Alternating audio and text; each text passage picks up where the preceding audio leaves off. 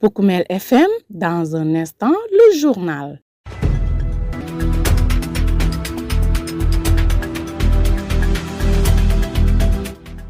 Vous êtes bien à l'écoute de la radio au service de toutes les communautés. Voici un nouveau point sur l'actualité au niveau régional.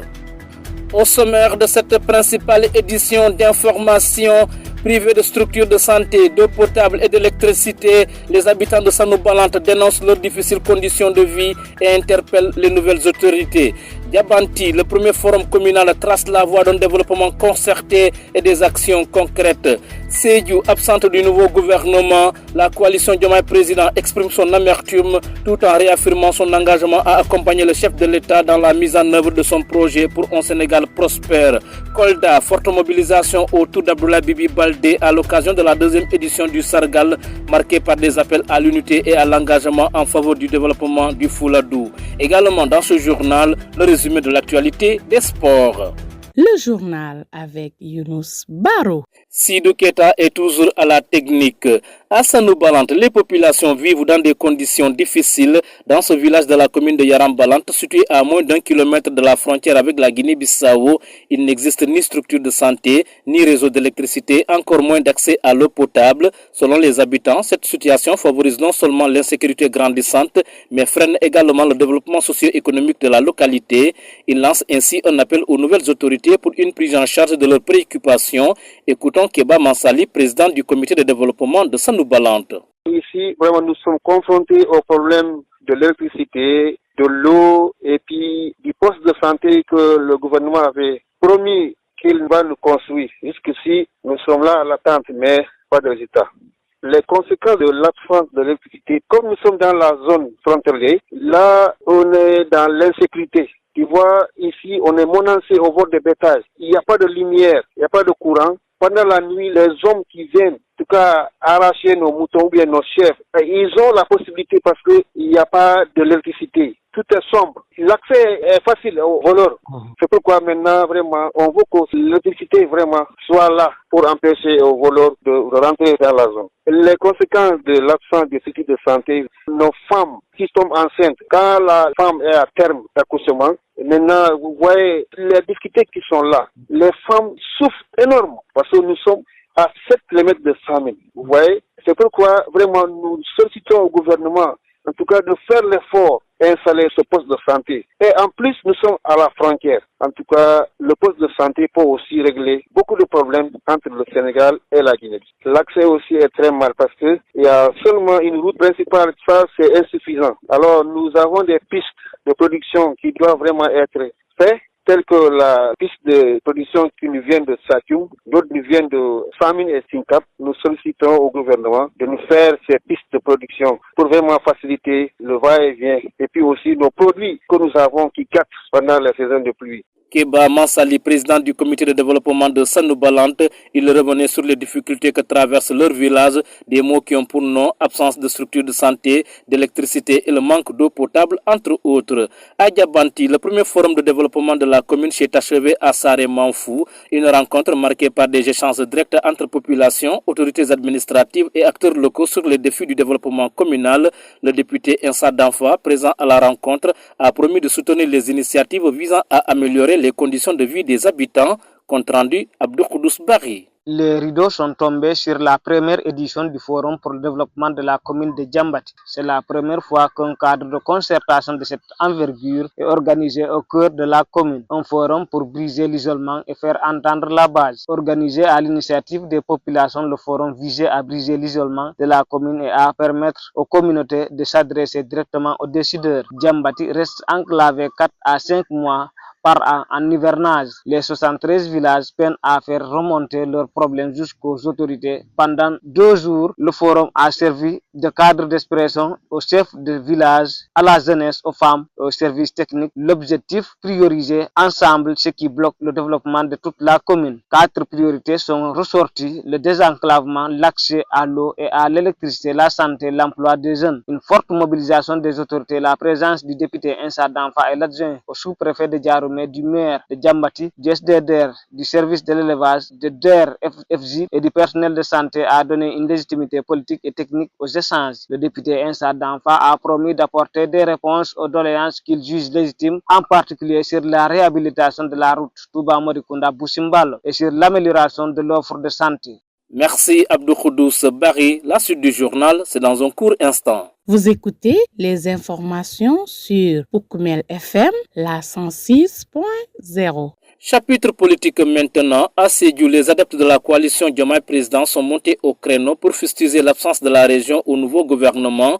Lors d'un point de presse, la coordination régionale a manifesté sa détermination pour accompagner le président et son gouvernement à la réussite de leurs ambitions pour un Sénégal prospère. El Hadj Ibrahima Cissé, le porte-parole du jour, a donné l'assurance. Ses propos sont recueillis par Amadou Bamba Dramé.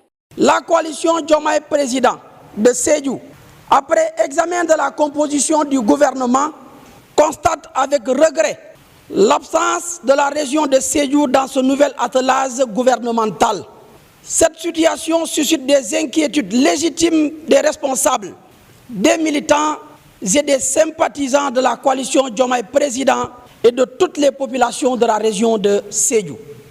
Ainsi, la coalition Diomaye Président de Sédhiou lance un appel respectueux à son Excellence le Président de la République et au Premier ministre Al-Aminou Lo afin que la région de Sédhiou soit davantage prise en compte à travers les prochaines nominations aux hautes fonctions de l'État pour l'implication de ces cadres dans la gestion des affaires nationales et ainsi contribuer à l'œuvre de construction nationale.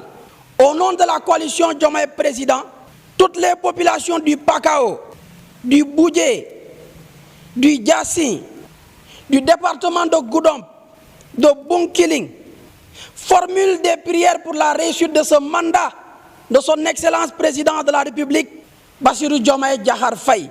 L'ancien ministre-maire de Kolda, Abdoulaye Bibi Baldé, a une fois démontré son poids politique et sa capacité de mobilisation. La 2e édition du Sargal, organisée en son honneur par ses Amazones, a rassemblé de nombreux militants, sympathisants et responsables politiques venus lui renouveler leur soutien.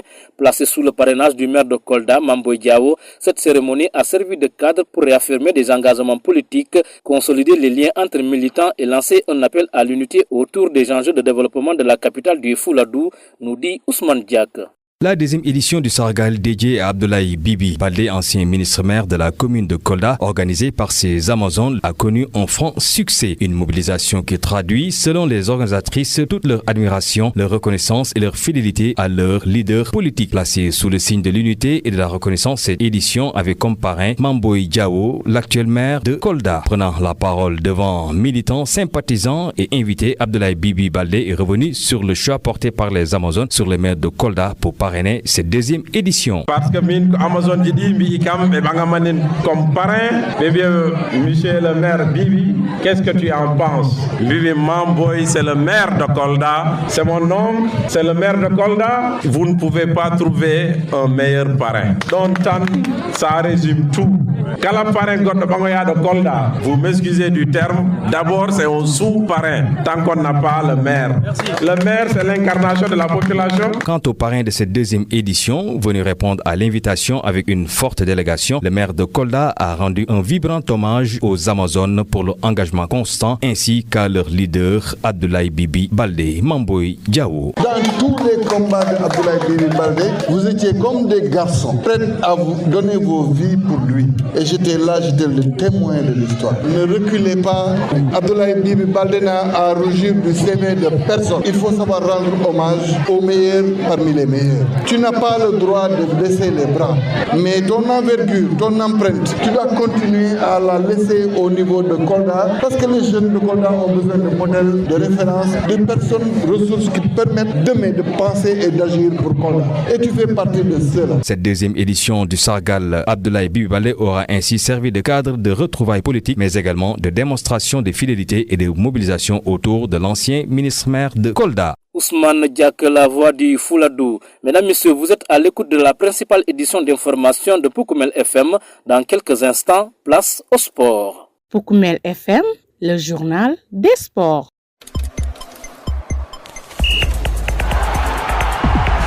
Bonne nouvelle pour les Lions à quelques jours de la Coupe du Monde 2026, écartés des terrains depuis fin avril en raison d'une blessure contractée en entraînement avec Everton. Idrissa Gana Gueye a retrouvé l'intégralité de ses moyens physiques. Le vice-capitaine du Sénégal est désormais apte et devrait effectuer son retour à la compétition lors du match amical face à l'Arabie Saoudite ce mardi. Une étape importante dans sa préparation avant l'entrée en liste des Lions contre la France.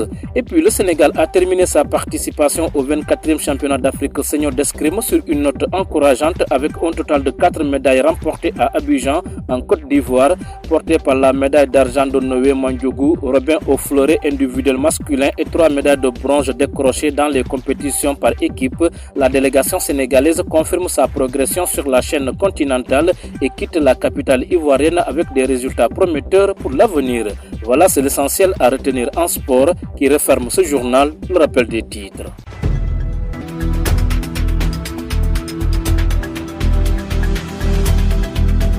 Privés de structures de santé, d'eau potable et d'électricité, les habitants de Sanobalante dénoncent leurs difficiles conditions de vie et interpellent les nouvelles autorités. Diabanti, le premier forum communal, trace la voie d'un développement concerté et des actions concrètes. Vous avez suivi les détails. Sédhiou, absente du nouveau gouvernement, la coalition Diomaye Président exprime son amertume tout en réaffirmant son engagement à accompagner le chef de l'État dans sa mise en œuvre de son projet pour un Sénégal prospère. Kolda, forte mobilisation autour d'Abdoulaye Bibi Baldé à l'occasion de la deuxième édition du Sargal, marquée par des appels à l'unité et à l'engagement en faveur du développement du Fouladou. Les détails, c'était avec Ousmane Diak. Également, dans ce journal, vous avez eu droit à un résumé de l'actualité des sports. Merci à Sidou Keita qui était aux opérations techniques. Journal présenté avec un immense plaisir par Younous Baro. Mesdames, Messieurs, merci de garder l'écoute. Dans un instant, place à la version mandingue.